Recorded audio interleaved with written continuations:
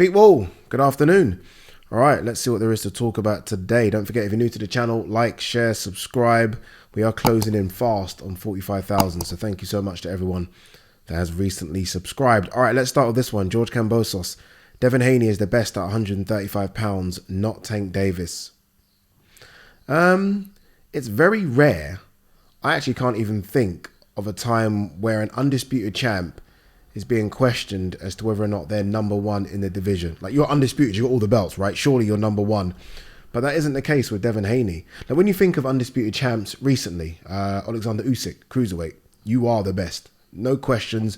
No one's going to even think of chucking another name at me. Jamel Charlo, 154, you're the best. I know there's some questions about Tim Tszyu. Canelo, 168 pounds. I know there's the Benavidez thing, but most people think these are the best in the division. When the winner of Errol Spence, Terence Crawford fights, I mean, they are the best. With Devin Haney, though, there are question marks, and there are question marks about whether or not he's better than Gervonta and Shakur Stevenson. And some people might even say Loma as well because of their recent fight.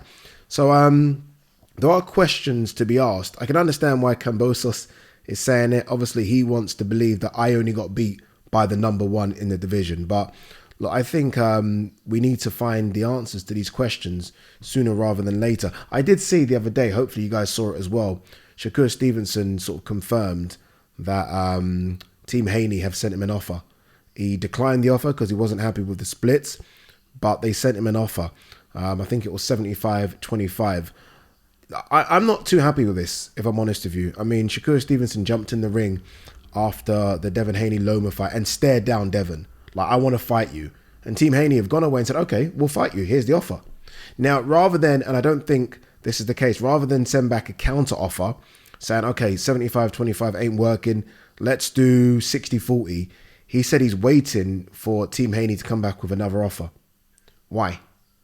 Why? They're undisputed, dude. And forget about all bums on seats and all this stuff. And look, I even hate talking about splits, but they're undisputed. You've not done much. Look, I love Shakur Stevenson. I think Shakur is the best out of them all. Shakur's won belts at featherweight. He's won, a belt at featherweight. He's won belts at super feather. And I think he's going to win belts in this division, 140 and 147. When it's all said and done, I think Shakur is going to be a 5-weight world champion. But he isn't that now. You've not done anything at 135 pounds. You beat Yoshimo. And the undisputed champ is giving you an opportunity. You want the fight, is giving you an opportunity. And you're saying, the split ain't good. So, no, it doesn't work like that, man. For me, it doesn't work like that. You beat Devin Haney. So if you're that confident, and look, listen to the way he talks. He's super confident he can beat Devin. You beat Devin Haney, you're the man. You're the man. And in the rematch, it all gets flipped around. You get 75, Devin probably gets 25. That's how it works. It's the Highlander thing. You beat them, you take their head off, you get their power. So I don't think you should be turning that down. It's not like Shakur Stevenson's 35 and this is the last paycheck. Shakur Stevenson's what, 25, 26? There will be times when Shakur Stevenson makes, I think, 8 figures. I think he'll make it. This ain't the time. The time now is to beat a guy that you've said you can beat and become undisputed. Like, what is the value of that? Become undisputed. Surely that is value. But no, you're like, oh, well, 75-25, we ain't taking that. Dude, like, some of these boxers, I'm not a boxing manager and I'm sure there's so much more that goes on behind the scenes, but I do wonder who's advising them. Honestly, I do wonder. I mean, I remember when Floyd took B-side money, big B-side money as well, to fight Arturo Gatti. But he knew, I beat Gatti, I'm the man, because you know how many people watch Gatti. I'll take that B-side money. Manny Pacquiao spoke about doing it early in his career as well. I mentioned those two because look what those two became in terms of two of the richest boxers in the history of the sport. Sometimes you have to put your pride and ego aside and just look at the opportunity in front of you and take it. Forget all this, it's a bit short on money. Go and beat him and become the superstar. And that's what you will become. And I think Shakur will beat Devin. But by the way, plaudits to Devin. A lot of people are like, yeah, Devin maybe don't want that smoke, don't want this smoke. Devin has just fought Loma and he sent an offer to Shakur. Like, I'll fight you. You think you can beat me? And I know there's conversation between him and Regis Prograis. That's what Devin's doing. A lot of people are doing this. Devin's going to the smoke, going to Australia to fight Kambosos, fighting Lomachenko, wanting to fight with Shakur Stevenson, wanting to fight with Regis Prograis. That's what Devin's doing. And he needs to be shown a lot more respect. A lot more respect. Devin's a good kid. And I almost feel like sometimes a bit of disrespect is thrown Devin's way. I will never disrespect Devin. I think Shakur beats him, but that's as much disrespect as I'm giving him. This guy clearly wants to smoke. Clearly wants to smoke. Wanted to fight Teofimo Lopez as well. We know that. So, look, let's see what happens. But for now, where we are is Shakur Stevenson has turned down a 75-25 split. And I don't know whether or not Devin's going to go back to him with anything any better. We'll see. There will be some that are like, 1 second, Devin knows what he's doing. He sent the 25 split over so he can say, I sent you an offer, but really and truly, he knew Shakur was going to turn it down. I don't believe that. I think it's an opening offer, and that's where negotiations start. And let's hope negotiations begin. Because wasn't it Shakur that tweeted the other day, like, I'm struggling to get a fight. Who should I fight, people? No one wants to fight me. Well, Devin does. What we got now? WBO meeting next week to rule on 140-pound title and Jermell Charlo's 154-pound title status. Yeah, obviously, look, Tim Tszyu, I think it is Tim Tszyu, right, in terms of mandatory for that belt. It will be a brave decision for the WBO to strip Jermell Charlo before he fights Canelo. I mean, surely, if you're the WBO, there's the right thing to do and there's the wrong thing to do. The right thing to do would be to strip him. I'm sorry, you've not had the fight. We're stripping you. Tim Tszyu's been waiting and he's been active. But surely you want your belt attached to what will be undisputed versus undisputed. Like, surely. Like, surely, if Jermell wins, you want that picture with him holding your belt and all the other. Jermell wins, he's holding the picture with 10 belts. We ain't never seen that shit before. That's crazy. 10 belts. Crazy. As for the 140 title, obviously this is the belt vacated by Teofimo Lopez. Barboza is the number 1 ranked 140 pounder. He beat Pedraza. He's the WBO Intercontinental Champion. Ramirez is ranked number 2. So it could be a case of Barboza versus Ramirez. I see a lot of people talk about Jack Catterall deserves an opportunity. Jack Catterall, I think, is like ranked number 10 with the WBO. I actually think Ryan Garcia is ranked higher. Check the rankings. Joshua Buatsi, Dan Azeez have agreed to a fight, says Ben Shalom. Okay, there was some talk. Obviously, Eddie saying that he's trying to make Bivol versus Azeez. Obviously, Bivol's going to go his own route now, which I hope is Vosdick. I like that fight. And then the winner fights Beterbiev Smith winner. As for this one, good fight. Very, very good fight. It will be interesting to see where this fight is and how big they think this fight can be. I think this fight should be in London. You know what we lack over here? Like, see, look, the Hulu Theatre, which is, and then again, actually, 1 second. What's the Indigo hold? Because I was thinking we lacked a nice, I don't like the Copper Box. I hate that. I know it's a nice little venue in terms of capacity, but I just don't like the way it looks. I think the Indigo is better. Indigo O2 capacity. What is it? I hope it's not really small. Yeah, it's too small. 2,800. I think Buatsi Azeez is bigger than that. So there isn't no, like, maybe Alexandra Palace, maybe. I think that could do a bit more. There needs to be a nice 5,000-6,000 seater venue. You know what? Madison Square Garden are actually, Madison Square Garden are actually opening a venue in Stratford. I got something through the post. I think they've actually started already. I think they've started building already, which is going to be open in a couple of years' time. Let me see if I can find that. Sorry, I know this isn't what you guys came for. Madison Square Garden, Stratford. I'm sure I got something through the post about it. Yeah, it's going to be called the MSG Sphere in London, Stratford.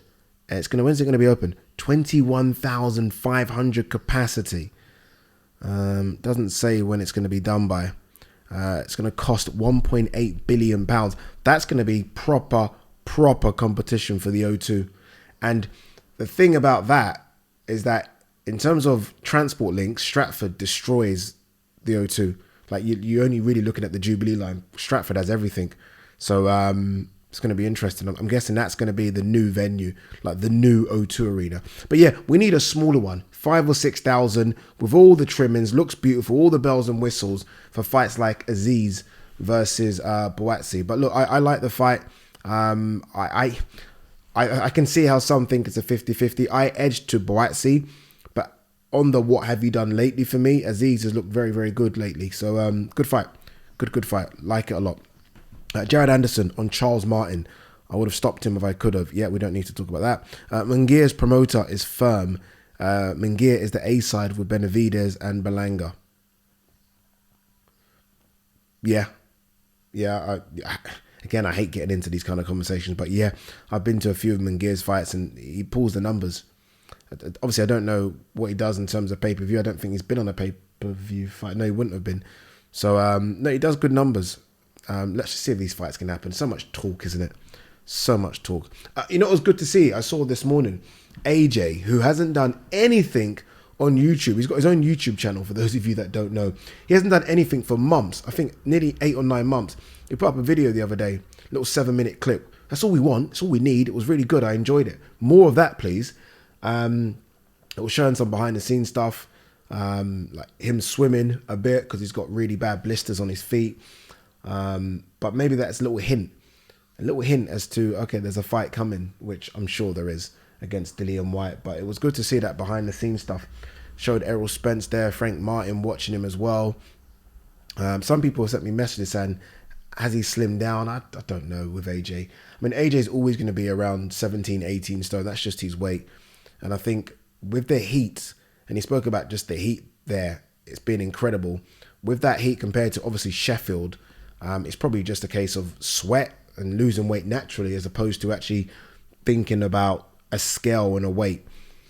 Again, let's hope that we get an announcement soon. I saw this. It's a joke, this. Maris Bradis, set for return, will face John McCallum. The reason I said it's a joke, because I had a look at John McCallum's record. And remember, Maris Bradis, up until his defeat against Joe Pataya, Maris Bradis was the #1 cruiserweight on the planet. Didn't get knocked out by Joe Pataya, just lost. This John McCallum is 13-2. John McCallum's last fight was against this, that journeyman, Louis Van Poche, can't pronounce his name, who is 9 wins, 127 losses. That went to points. Prior to that, and that was 2021. He hasn't fought since then. Prior to that, he got stopped fighting a guy that was 7-0. He got stopped in the second round. Prior to that, he fought a guy that was 5-48, 10-95, 18-53, 6-44, 17-45, 10-52. I kid you not. That's who Maris Bradis, one of the best cruiserweights on the planet, is fighting next. How has that even been allowed? How is that allowed? Anyway, we move on. Anything else to talk about? Let's have a quick look. This is interesting. Eubank Jr. has received a new date for Liam Smith rematch, says Ben Shalom. What's going on here, man? I have no idea what's going on there. I have no idea if it's Eubank Jr. versus Conor Benn or Eubank Jr. versus Liam Smith. It almost looks like there is a tug of war going on behind the scenes. That's what's going on, really, isn't it? It's a tug of war. Eddie says, this is the money we've got for you. Is it happening? Eubank says, we don't know, says Eddie. Ben Shalom says, okay, look, we've got this money for you. If you're Eubank, what position Eubank's in? Eubank got knocked the fuck out in his last fight. Knocked out. Clean. Right? Hurt badly. His next fight is going to make 7 figures. Incredible. Honestly, incredible. Good luck to him. Not hating. Good luck to him, but crazy. Deontay Wilder, Ruiz asking for 50-50. We're not even getting into that. John Ryder, we'll end on this one. John Ryder wants Golovkin, Munguia, or Berlanga for next fight. Yeah, I think he deserves it after that Canelo performance. I think that was such a good performance. So he deserves it. And let's see, I'd love to see the Munguia fight. I don't know if Eddie and Oscar can work with each other, but I'd love to see that. Berlanga as well, but I think the Munguia one will be action-packed, but Berlanga's a good one. I mean, well done to John. Look, you take the risk. I say the risk. You make the money, go to Mexico, fight in that kiddies ring, and because of that performance, because you had that gut check and came through it, your next fight you're going to make good money as well. This is nice pension money there. I mean, John Ryder's no spring chicken. The next 2 or 3 fights are about cashing in, and looks like he's going to cash in. Anyway, all right, I've got to go. Got work to do. Peace.